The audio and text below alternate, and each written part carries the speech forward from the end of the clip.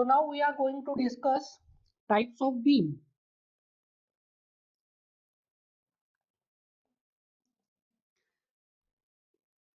So we have discussed types of support and now we are going to discuss types of beam. Now types of beam में जो सबसे पहला type है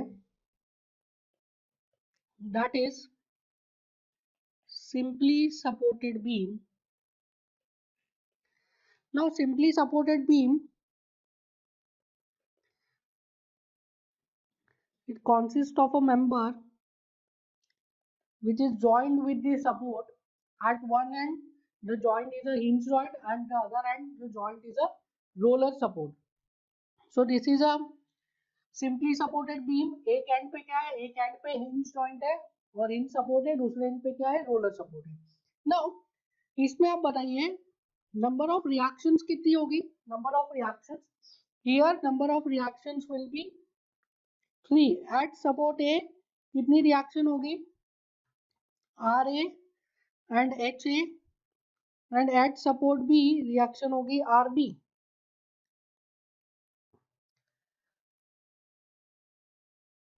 now इसको हम analyse करते हैं फॉर स्टेबिलिटी एंड डिटर्मिनेसी. हमने स्टेबिलिटी एंड डिटर्मिनेसी पढ़ा है. सो बताइए ये बीम डिटर्मिनेट है या इनडिटर्मिनेट है. सो नंबर ऑफ इक्विलिब्रियम कंडीशन कितनी रहती है, इक्विलिब्रियम कंडीशंस और यू कैन से equilibrium equations. Number of equilibrium equation is 3. Number of unknown,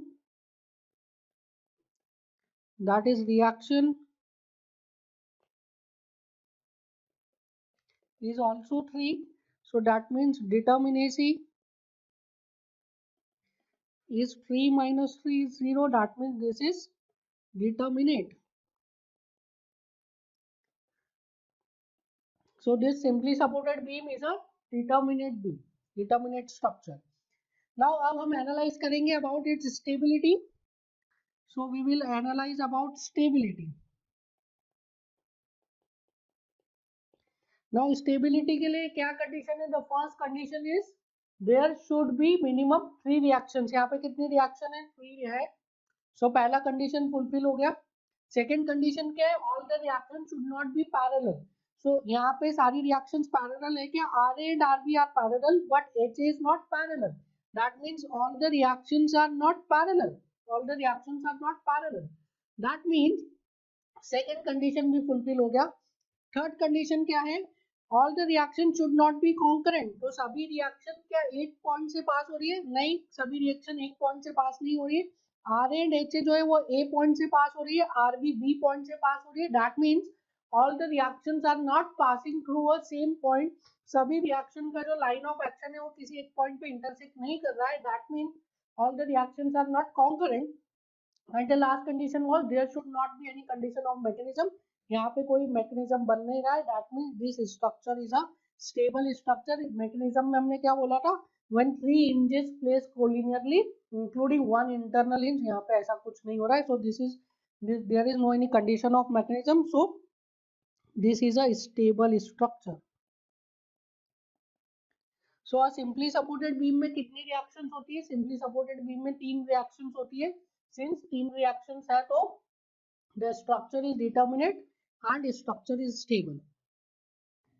Now second type of beam is a cantilever beam. Cantilever beam. Now आप analyse करते हैं cantilever beam को. Cantilever beam में क्या रहता है, there is a fix support. जो member है वो सपोर्ट पे कैसे कनेक्ट है, मेंबर सपोर्ट पे थ्रू रिजिड जॉइंट कनेक्ट होता है. सो इसमें देखिए कितनी रिएक्शंस आएगी. So here there will be 3 reaction. R A, suppose this is point A, this is point B, R A, H A and A B. So number of reactions कितनी होगी, number of reactions, or you can say number of unknowns, that is reaction, is 3. Number of equilibrium equation, ये तो हमें पता है 2D के लिए कितना होता है, 3. And we can say that determinacy is 3 minus 3 which is 0. 3 minus 3 which is 0. So this is a determinate structure. So this is a determinate structure. Now if I talk about stability, अगर stability की हम बात करें तो सो देखिए number of reactions कितनी है. First condition is there would be minimum 3 reactions. तो यहाँ पे कितनी रिएक्शंस आ रही है? 3 रिएक्शंस आ रही है. There are minimum 3 reaction. तो पहला कंडीशन सेटिस्फाई हो गया. All the reaction should not be parallel. यहाँ पे आर ए जो है वो वर्टिकल है, एच ए हॉरिजॉन्टल है. तो all the reactions are not parallel. Third है all the reactions should not be concurrent. अब यहाँ पे देखिए कुछ स्टूडेंट्स क्या बोलते हैं, यहाँ पे all the reactions are concurrent, but यहाँ पे all the reactions are not concurrent. MA का जो लाइन ऑफ एक्शन है, एमए किसके अबाउट लग रहा है? जेड एक्सिस के अबाउट. तो इसका जो लाइन ऑफ एक्शन है वो आप बता नहीं सकते. मोमेंट का कोई लाइन ऑफ एक्शन नहीं होता है, फोर्स नहीं है.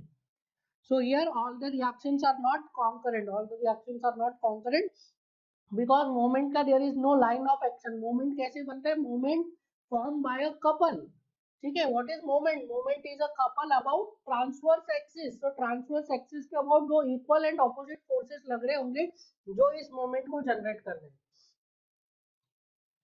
सो there is no, you can not say this कि ये कॉन्करेंट है. So this is a stable structure. So a fixed beam is determinate and stable. So this is a stable structure. Now after cantilever beam, third type of beam is a propped cantilever.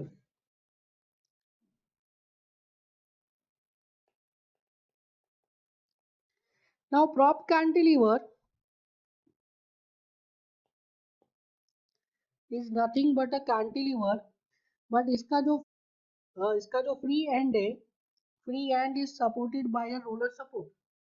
The free end is supported by a roller support. Now इसमें बताइए number of reactions कितनी आएगी? ये fixed end पे there will be 3 reactions, R A, H A and M A. And जो ये B है, B point, यहाँ पे एक रिएक्शन होगी that is R B. So total number of reactions इसको डिनोट करते हैं आर ई से, it is 4. Number of equilibrium equations is 3. So this is determinacy is 4 minus 3, that is 1. So it is indeterminate. This is an indeterminate structure. Now if I talk about its stability, अगर stability की बात करें तो कितनी reactions है? Number of reactions are 4. हमें minimum कितनी चाहिए? फर्स्ट कंडीशन के हिसाब से 3. All the reactions are not parallel. कोई पैरेलल नहीं. यहाँ पे आर बी देखिए, R B and RA are parallel, but H is not parallel. So all the reactions are not parallel. All the reactions are not concurrent. That means this is a stable structure. So a prop cantilever is stable but indeterminate. Stable structure. Now next type of beam is a fixed beam. Now fixed beam में क्या होता है? Both the ends are fixed. So both the ends are fixed like this. Both the ends are fixed. Now here number of reactions RA, suppose this is point A, this is point B. RA, HA and MA. Here RB, HB and MB. So number of reactions कितने हो गए? RE is 6. Number of equilibrium equations कितनी है? Number of equilibrium equations are 3. So determinacy कितना हो गया? This 6 minus 3, that is 3. So this is indeterminate. So this is a indeterminate structure. If I talk about stability, number of reaction 6 है, हमें चाहिए minimum 3. सभी reaction concurrent नहीं है, सभी रिएक्शन पैरेलल नहीं है, कोई मैकेनिज्म नहीं बन रहा है. That means this is a stable structure. So a fixed beam is a stable structure but it is indeterminate. So stable but indeterminate. And the last type of beam is continuous beam. Last type of beam is a continuous beam. Continuous beam में क्या रहता है? The number of supports are more than 2. 2 से ज़्यादा supports होते हैं. और कैसा भी arrangement हो सकता है इसका. There is no any fixed definition about continuous beam. So number of supports are more than 2. Continuous beam generally it is indeterminate and generally it is stable. ठीक है, जनरली. बट अब जैसा आपको क्वेश्चन में दिया होगा उस पर डिपेंड करेगा, but generally it is indeterminate and stable. So ये वाली कॉन्टिन्यूअस बीम की बात करूं तो रिएक्शन कितनी हो जाएगी? R A H M A. Suppose this is point A, this is B, C and D. Here R B, R C and RD. So 1, 2, 3, 4, 5, 6. Number of reactions is 6. So determinacy कितना हो गया? Determinacy is 3. 6 minus 3 is 3. So this becomes indeterminate. So this is an indeterminate structure. So इस type से हम analyse कर सकते हैं that कौन सा बीम डिटर्मिनेट है, कौन सा इनडिटर्मिनेट है, और स्टैंडर्ड जो बीम है उसको हमने डिस्कस किया. इसके अलावा एक और टाइप का बीम बोलते हैं स्टूडेंट्स की, दिस मस्ट बी कंसिडर्ड, वो होता है ओवरहैंग बीम. सो ओवरहैंग बीम कोई अलग से बीम नहीं है, किसी में भी आप ओवरहैंग बना सकते हैं. सो इट इज इस टाइप से अगर आपने ओवरहैंग बना दिया तो this becomes overhang beam. Simply supported with overhang भी पॉसिबल, अगर आपने यहाँ पे इसका ओवरहैंग बना दिया तो दिस बिकम्स ओवरहैंग बीम. सो ये अलग से कुछ नहीं है. सो ओवरहैंग बीम भी अगर आप इन्हीं बीम्स में इनकॉर्पोरेट करना चाहे तो कर सकते हैं. नाउ द नेक्स्ट टॉपिक है that we are going to discuss is, देखिए अभी हमने पढ़ा that shear force, bending moment and axial force, these are internal forces. ठीक है, shear force, bending moment, these are internal forces. वो क्यों develop हो रहे हैं? वो डेवलप हो रहे हैं ताकि मेंबर में डिस्प्लेसमेंट ना हो. देखिए आप हमेशा ध्यान रखेंगे displacement and deformation are two different things. ठीक है, डिस्प्लेसमेंट का क्या मतलब होता है? डिस्प्लेसमेंट का मतलब होता है पोजीशन चेंज होना. ठीक है, अगर एक पॉइंट से दूसरे पॉइंट पर पोजीशन चेंज हो रही है, मूव कर जा रहा है, as a whole member as a whole move कर जा रहा है, तो उसको हम क्या बोलेंगे? डिस्प्लेसमेंट बोलेंगे. और अगर मेंबर डिफॉर्म हो रहा है, अगर एक पॉइंट से दूसरे पॉइंट तक मूव नहीं हो रहा है, तो उसको हम क्या बोलेंगे? डिफॉर्मेशन बोलेंगे. सो अब आप डिस्प्लेसमेंट एंड डिफॉर्मेशन को अच्छे से समझेंगे कि what is displacement and what is deformation, and shear force, bending moment कैसे डेवलप हो रहे हैं और डिस्प्लेसमेंट को रजिस्टर कर रहे हैं. So I am considering a loaded structure. हम एक लोडेड स्ट्रक्चर कंसिडर कर रहे हैं. So suppose this is a fixed beam and it is subjected to a load P at the free end like this. This is subjected to a load P at the free end like this. अभी मैं इसका deflected shape बताऊंगा. ठीक है, आपको deflected shape जरूरी नहीं है कि अभी आ जाए. जब हम स्लोप एंड डिफ्लेक्शन चैप्टर पढ़ेंगे तब आपको अच्छे से समझ में आ जाएगा कि किसी भी स्ट्रक्चर का डिफ्लेक्टेड शेप कैसे बनाते. But for understanding deflection and displacement हमको इसका एक डिफ्लेक्टेड शेप बनाना पड़ेगा. आप उसमें मत जाइए कि ये कैसे बनाया, आप ये समझिए कि ये ऐसा बनता है. ठीक है, आगे हम लोग देखेंगे कि कैसे बनाते हैं. So when you apply load P on this, the beam will deflect like this. ठीक है, this beam will deflect like this. Now अब ये जो डिफ्लेक्शन हुआ है, दिस इज, मैं इसको आपको बहुत बड़ा बता रहा हूँ, but this is very very very small. This is very small deflection. But आपके समझने के लिए मैंने क्या किया, इसको ऐसा एग्जैगरेटेड वे में बताया है आपके समझने के लिए. Otherwise this is very very very small. Now देखिए अब आप लोग ये बोलेंगे कि suppose this is point B, this is point B जिसपे कि लोड लग रहा था, and this is point A जहाँ पर कि मेंबर जो है वो सपोर्ट से फिक्स था, सपोर्ट से जॉइंट था through a rigid joint. Now अब ड्यू टू डिफ्लेक्शन ये पॉइंट बी क्या हुआ है, बी डैश पे मूव कर गया। पॉइंट बी क्या हुआ, पॉइंट बी बी डैश पे मूव कर गया। तो आप ये बात बोलेंगे कि यहाँ पे तो डिस्प्लेसमेंट हुआ है, भले ही थोड़ा सा पोजीशन तो चेंज हुई है पॉइंट बी की, but this is not displacement. Displacement को हमने क्या डिफाइन किया था, डिस्प्लेसमेंट को अभी हमने डिफाइन किया था कि अगर किसी पॉइंट के अबाउट डिस्प्लेसमेंट हो रहा है तो उस पॉइंट के लेफ्ट में कुछ और थीटा, उस पॉइंट के राइट में कुछ और थीटा। अगर किसी पॉइंट के अबाउट लीनियर डिस्प्लेसमेंट हो रहा है तो उस पॉइंट के लेफ्ट में कुछ और पोजीशन, उस पॉइंट के राइट में कुछ और पोजीशन। अगर किसी पॉइंट के अबाउट एंगुलर डिस्प्लेसमेंट हो रहा है तो उस पॉइंट के लेफ्ट में कुछ और थीटा, उस पॉइंट के राइट में कुछ और थीटा। ऐसा इस पूरी बीम में कहीं पर भी नहीं हो रहा है, ऐसा इस पूरी बीम में कहीं पर भी नहीं हो रहा है कि किसी भी एक पॉइंट के लेफ्ट में कुछ और पोजीशन है, राइट में कुछ और पोजीशन है, या लेफ्ट में कुछ और थीटा है, राइट में कुछ और थीटा है। इसका मतलब क्या है, इस बीम में कहीं पर भी डिस्प्लेसमेंट नहीं हुआ है। That means this structure is a stable structure. This is the physical significance of what? This is the physical significance of stability. So ऐसा इस बीम में किसी भी पॉइंट पर नहीं हुआ है।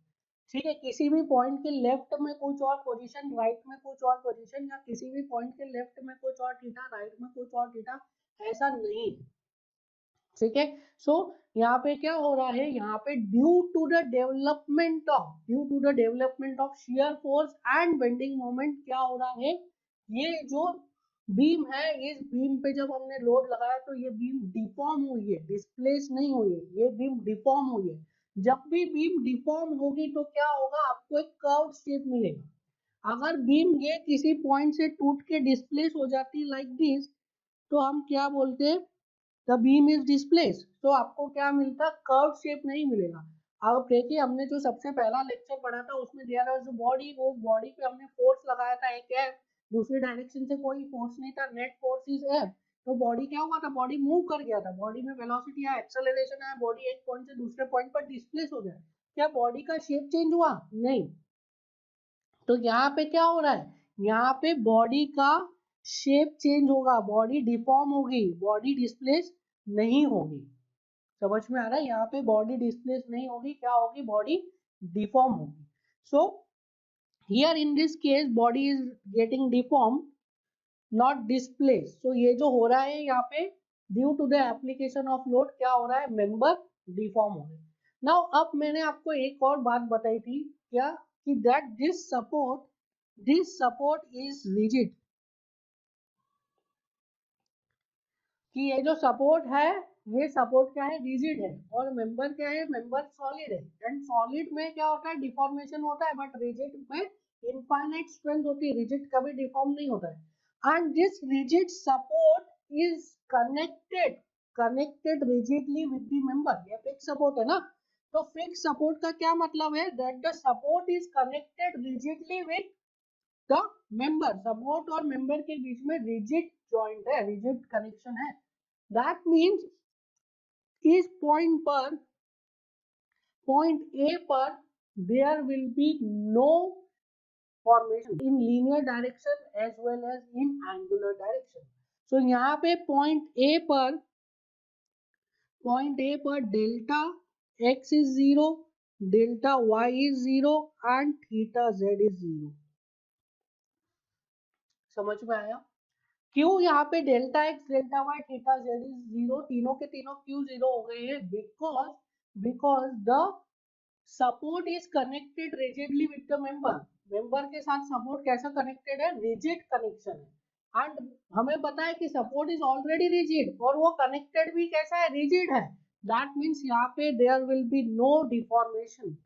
ठीक है, तो मेंबर जिस पॉइंट पे सपोर्ट से रिजिडली कनेक्टेड है, तो वहां पे मेंबर की स्ट्रेंथ कितनी हो गई, उस पॉइंट के लिए बस, इस पॉइंट के लिए, this point, at this point only, इस पॉइंट पर मेंबर की स्ट्रेंथ कितनी हो गई, मेंबर की स्ट्रेंथ इनफाइनाइट हो गई। उसके बाद जो है मेंबर की स्ट्रेंथ क्या है, मेंबर की स्ट्रेंथ फाइनाइट है, member is solid.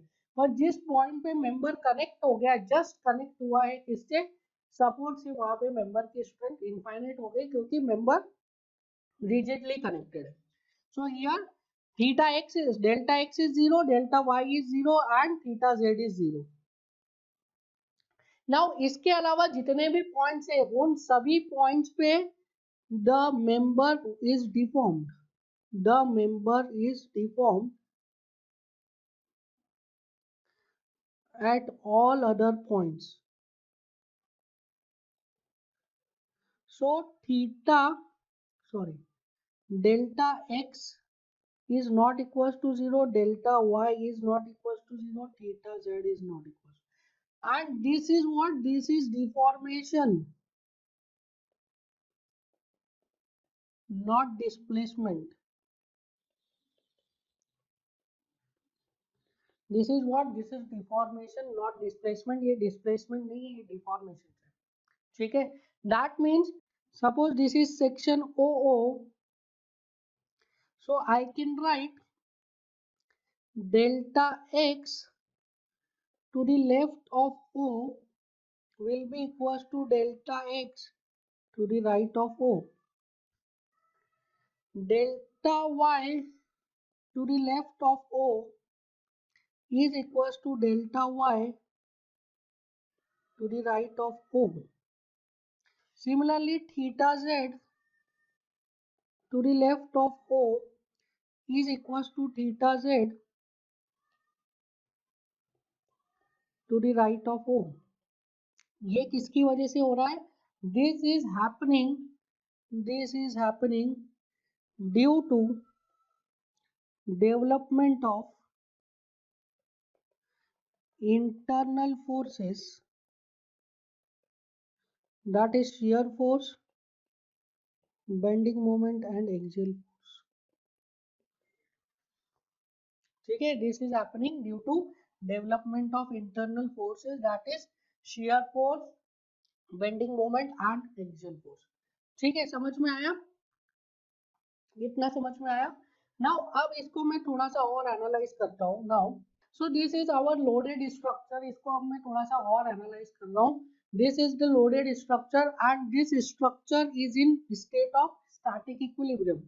So this structure, now this structure is in state of static equilibrium. इसका मतलब क्या है, summation of all the forces in vertical direction is zero, summation of all the forces in horizontal direction is zero, and summation of all the forces about all the moment about z axis is 0। ठीक है, अब ये तीन statements हम लिख तो देते हैं, इन तीन स्टेटमेंट्स का मतलब समझना हमारे लिए बहुत ही जरूरी है। So sigma F V equals to 0 का क्या मतलब हुआ, summation of all the forces in vertical direction is equals to 0। ये जो हमारा सिस्टम है, इस सिस्टम में जितने भी फोर्सेस लग रहे हैं इन वर्टिकल डायरेक्शन, उन सभी फोर्सेस का एल्जेब्रिक सम क्या है, 0 के बराबर है। sigma f h, that is sum of all the horizontal forces is equals to 0। ये सिस्टम में जितने भी फोर्सेस लग रहे हैं इन द हॉरिजॉन्टल डायरेक्शन, उन सभी फोर्सेस का एल्जेब्रिक सम क्या है, 0 है। ये दोनों इक्वेशन तो इजीली समझ में आ जाती है स्टूडेंट्स को, बट ये जो थर्ड वाला इक्वेशन है, that is summation of all the moments about z axis is equals to 0, ये समझने में बहुत प्रॉब्लम है। नाउ ये जो प्लेन है, ये प्लेन है, दिस प्लेन, इस प्लेन में कोई सा भी पॉइंट ले लीजिए, ये ले लीजिए, ये ले लीजिए, इधर उधर कहीं पर भी आप कोई सा भी पॉइंट ले लीजिए, उस पॉइंट के अबाउट जितने भी ये सारे फोर्सेस लग रहे हैं इस सिस्टम पे, इन सभी फोर्सेस का अगर आप मोमेंट लें इस पॉइंट के अबाउट, कौन से पॉइंट के अबाउट, ये पॉइंट या ये पॉइंट या ये पॉइंट, कोई सा भी एक पॉइंट आप ले लीजिए ऑन दिस प्लेन, इस प्लेन में आप कोई सा भी पॉइंट ले लीजिए, इस प्लेन में किसी भी पॉइंट पर आप मोमेंट निकालिए ऑफ ऑल द फोर्सेस, कौन से फोर्स, इस पे P है, HA है, RA है, MA है, तो जितने भी फोर्सेस की वजह से मूवमेंट आ रहा है, including this movement also, including जो पॉइंट मूवमेंट्स लग रहे हैं वो भी, सो किसी भी पॉइंट के अबाउट आप summation of all the moments लेंगे, तो summation of all the moments क्या आएगा, 0 आएगा। अगर ये कंडीशन हो रही है, then only you can say that this structure is stable. अब स्टूडेंट्स क्या बोलते हैं, नहीं मोमेंट इक्विलिब्रियम तो यहीं से ही लगा सकते हैं या यहीं से ही लगा सकते हैं। सो ऐसा नहीं है, आप कहीं पे भी लगा सकते हैं। इस प्लेन में किसी भी पॉइंट के अबाउट आप मोमेंट इक्विलिब्रियम लिख सकते हैं, किसी भी पॉइंट के अबाउट लिखो, you can write moment equilibrium. समझ में आ रहा है? So sigma mz equals to 0 का क्या मतलब है, summation of all the moments about z axis. Point यहाँ पे डिफाइन नहीं किया गया है, z एक्सिस के अबाउट। z एक्सिस कौन सी है यहाँ पे अगेन डिफाइन कर देते हैं, this is x axis, this is y axis and this is z axis. so this is y, this is x and this is z. so z axis कौन सी है, this is perpendicular to this plane, इस plane के perpendicular है, ये देखिए इस plane के perpendicular like this, this is z axis. So ये z एक्सिस के अबाउट आप कोई सा भी पॉइंट पर, z एक्सिस के अबाउट किसी भी पॉइंट पर आप मोमेंट ले लीजिए, ठीक है, z एक्सिस के अबाउट किसी भी पॉइंट से आप मोमेंट ले लीजिए, the moment due to all the forces and जो भी उसमें पॉइंट मोमेंट्स लग रहे इनका समेशन क्या होगा, that would be zero, that is called as what, sigma mz equal to. ऐसा नहीं है कि फिक्स सपोर्ट है तो फिक्स सपोर्ट के अबाउट ही मोमेंट ले सकते हैं, या फ्री एंड के अबाउट ही मोमेंट, किसी भी पॉइंट के अबाउट आप मोमेंट ले सकते हो, किसी भी पॉइंट के अबाउट इस प्लेन में, but moment should be about z axis, z axis होना चाहिए mz। ठीक है, ये समझ में आया आपको? नाउ सो स्टैटिक इक्विलिब्रियम की जो तीनों कंडीशन है वो हमें समझ में आ गई है, that sigma F B equals to zero, sigma F H is equals to zero, sigma M Z equals to zero. इसको हम ऐसा भी बोलते हैं, summation of F X is equals to zero, summation of F Y is equals to zero and summation of M Z equals to zero, ऐसा भी बोलते हैं, उससे कोई फर्क नहीं पड़ता है।